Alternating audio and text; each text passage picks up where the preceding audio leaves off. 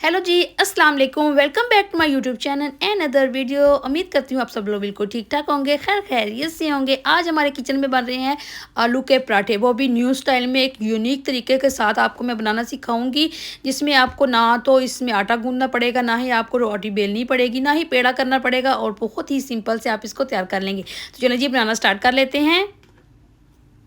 बिस्मिल्लाहिर्रहमानिर्रहीम।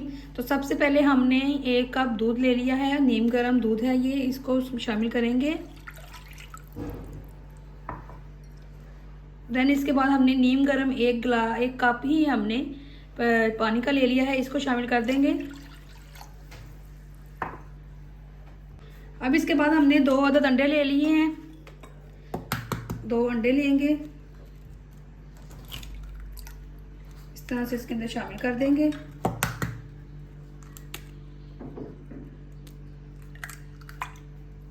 ठीक है जी, इसको अच्छे से मिक्स कर लेंगे।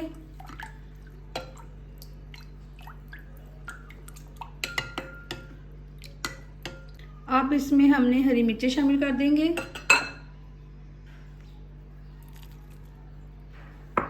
सब्ज़ धनिया शामिल कर देंगे। हमारे पास ये कटिंग की हुई प्याज है, ये शामिल कर देंगे। यहाँ पर मैंने 4 से 5 आलू लिए हैं, उनको अच्छी तरह से मैंने बॉईल करके मैश कर लिया है, इसको शामिल कर देंगे।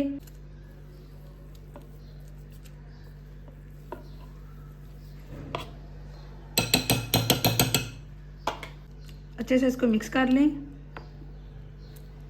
ताकि कोई भी गुठलियाँ वगैरह ना बने।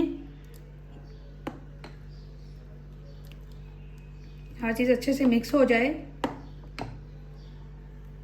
अब इसमें मैंने रेगुलर आटा जो होता है वो ले लिया है, ये इसको शामिल कर दूंगी। 1 कप लिया है। मैदा भी 1 कप है, रेगुलर आटा और मैदा 1-1 कप लिया है। अब इनको अच्छे से मिक्स कर लेंगे।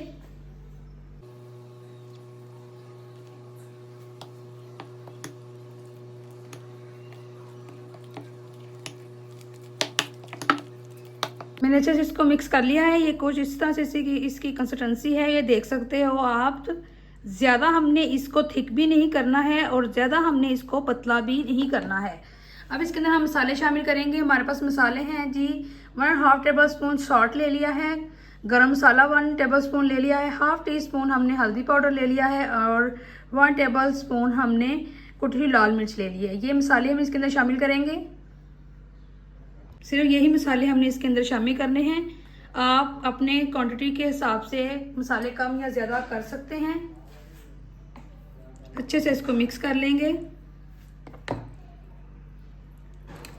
अब किसी भी नॉनस्टिक तवे को अच्छी तरह से ऑयल से ग्रीस कर लें, अच्छी तरह से ऑयल से ग्रीस कर लें, और मेक श्योर कि जो तवा है वो अच्छी तरह से गर्म होना चाहिए। ठंडे तवे पर आपने इस तरह से पराठा नहीं बनाना है।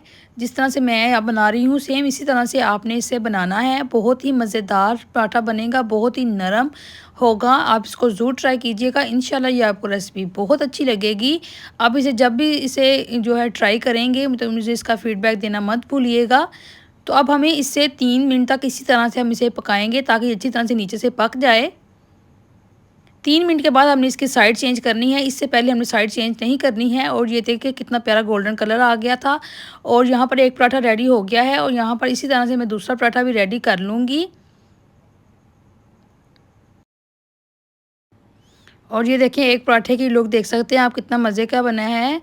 और ये दूसरा पराठा भी यहाँ पर मेरा रेडी हो गया है। बहुत मज़े का पराठा हमारा रेडी हो चुका है। ना हमने इसके में कोई पेड़ा करना पड़ा है हमें, और ना ही कुछ ज़्यादा हमें इसका करना पड़ा है। बहुत ही झटपट फटाफट से ये पराठा तैयार हो गया है। तो लें जी, दूसरा पराठा भी हमारा तैयार हो चुका है।